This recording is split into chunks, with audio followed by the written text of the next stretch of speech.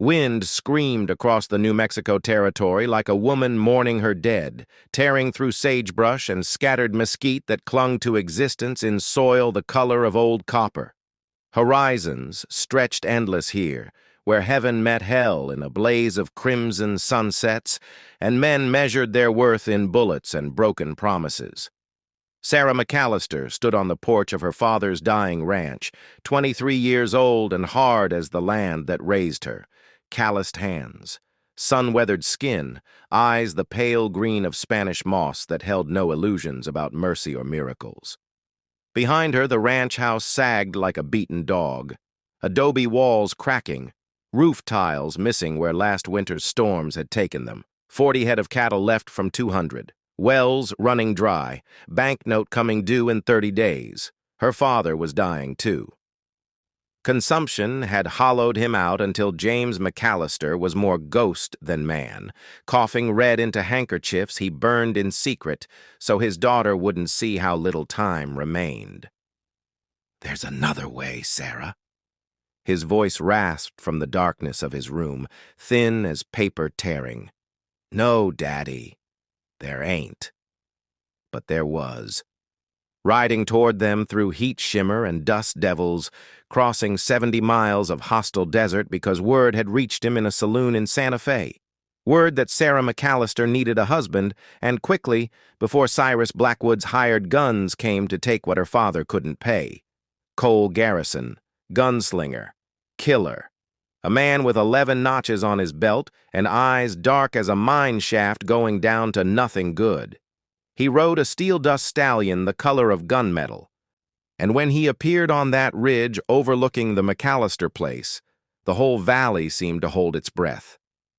Sarah saw him coming, felt something in her chest pull tight and dangerous. She'd sent the letter 3 weeks ago, her hand shaking so hard the words barely held their shape.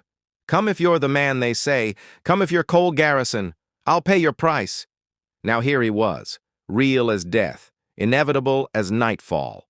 He dismounted in the yard, dust settling around his boots like smoke around a funeral pyre. 6'2" of lean muscle and controlled violence. Dark stubble shadowed a jaw carved from granite, black hat pulled low, twin colts riding his hips with the casual intimacy of old lovers. "Miss McAllister," his voice rolled deep, touched with Texas drawl and something darker underneath. Something that had seen too much and forgotten how to look away. "Mr. Garrison?" She didn't flinch. Wouldn't give him that. "You got my letter." "I did." "You know the terms?" His gaze held hers, and Sarah felt the weight of every man he'd killed pressing against her ribs. "You need a husband, legal and binding. Need my reputation standing between this place and Blackwood's men. Need it fast." "That's the shape of it." "What's in it for me?" She'd expected this. Prepared for it through sleepless nights counting stars through the broken roof. "Half ownership of the ranch when we clear the debt, and—" Her throat went tight. Pride tasted like iron. "And a wife. Long as you don't hurt my father. Long as you protect what's ours." Cole studied her for a long moment. Saw the steel beneath the pretty. Saw a woman who'd do anything, even marry a killer, to save the only thing she loved. "I don't hurt women. I don't hurt old men dying slow." He shifted his weight, leather creaking. "But I ain't soft, Sarah. And this arrangement, it's real. You understand? Not paper, not pretend." Heat flooded her face, but she held steady. "I understand. Blackwood's men. How many?" 6, maybe 8. They come by every week, making threats, burning fence posts. Killed 2 steers last month just because they could." Cole's jaw tightened. "Not anymore they won't." They married 3 days later in the small adobe church in San Miguel, with Father Dominguez speaking Spanish and English over their bowed heads. Sarah wore her mother's dress, yellowed lace that smelled of cedar and lost dreams. Cole wore his guns. When the priest said she could kiss her husband, Cole leaned down slow, giving her time to refuse. She didn't. Their lips met brief and burning, A promise or a threat, maybe both. That night, Blackwood's men came. 8 riders with torches, thinking they'd burn out the last resistance like they'd burned out a dozen small ranchers before. Cyrus Blackwood wanted this land for the water rights, wanted it bad enough to kill, and his men were Texas hard cases who'd done worse for less money. They didn't expect Cole Garrison. He stood in the yard, bathed in moonlight the color of old silver, hands loose at his sides. Sarah watched from the porch, her father's Winchester heavy in her grip, though she prayed she wouldn't need it. "That's far enough." Cole's voice cut through the night, quiet but absolute. The lead rider, a scarred bull of a man named Dutch Keenan, laughed like rocks grinding. "Well now, McAllister got herself a watchdog. That's supposed to scare us?" "Depends." Cole tilted his head slightly. "You know who I am?" Silence dropped like a guillotine blade. Recognition dawned slow in Dutch's eyes, then spread to the others. Fear rippled through the group like wind through wheat. "Cole Garrison." Dutch's voice had lost its swagger. "Heard you went straight." "Heard wrong. Blackwood's paying us good money." "Blackwood ain't here. I am, and this is my wife's land now." The word wife rolled off his tongue like a claim staked in blood. "Which makes it mine. You understand the mathematics?" "There's 8 of us." "Won't matter." For 3 heartbeats, the world hung suspended between violence and surrender. Then Dutch made the mistake, reached for his gun, and everything exploded into fire and thunder. Cole moved like lightning given form, both Colts clearing leather in a blur that defied belief. Sarah would remember it forever in snapshots, muzzle flash painting his face in hellish light, the precision of each shot, how he moved through chaos like a man waltzing with death itself. When the gun smoke cleared, 3 men lay dead, 4 were running for their lives, and Dutch Keenan sat in the dirt, clutching a shattered wrist, whimpering.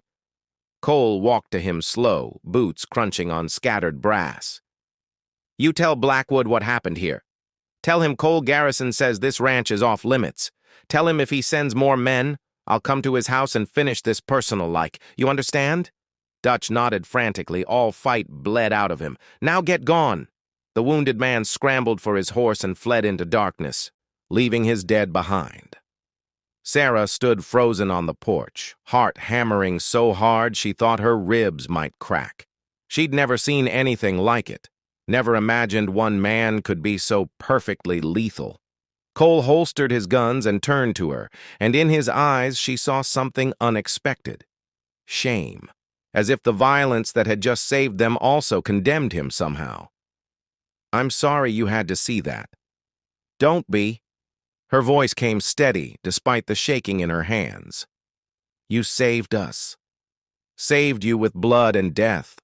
That's all I know how to do." She descended the steps slowly, crossing the space between them until she stood close enough to smell gunpowder and sage on his skin. "You also know how to keep promises. You know how to stand when others run." She reached up, hesitated, then touched his face. "That ain't nothing. Cole?" Something shifted in his expression, a wall beginning to crack, letting light through. "Your daddy needs medicine, good medicine, from Santa Fe. I'll ride tomorrow, bring back what he needs." "That's 3 days each way." "I know, but I made you a promise." His hand covered hers against his cheek, rough and warm. "To protect what's yours. That includes him." Tears she'd held back for weeks finally broke free, cutting clean tracks through the dust on her face. "Why'd you really come?" "Truth now." Cole was quiet for a long moment, studying stars scattered across the velvet sky like diamonds on a jeweler's cloth. "Because that letter you sent. It was the first thing in 10 years that made me think maybe I could be something more than a killer. Maybe I could be a man worth saving. Worth loving, even." He looked down at her, vulnerable in a way that probably terrified him. "Was I wrong?" Sarah McAllister had faced down drought and debt, had nursed a dying father, had married a stranger to save everything she loved. She'd been hard because life demanded it, cold because warmth was a luxury she couldn't afford.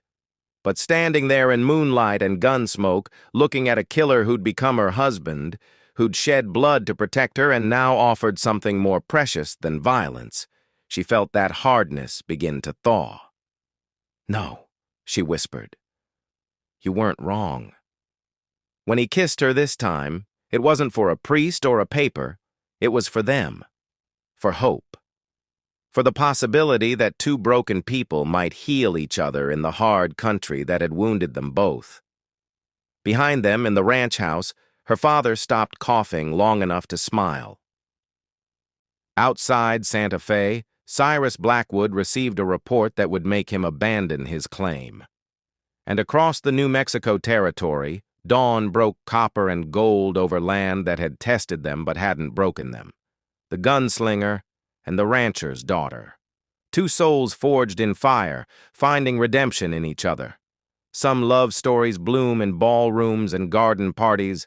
This one grew like sagebrush, tough, enduring, and beautiful in its own fierce way. Thanks for staying to the end. Where are you watching from? Don't forget to subscribe for more cinematic Western tales that'll grab your heart and won't let go.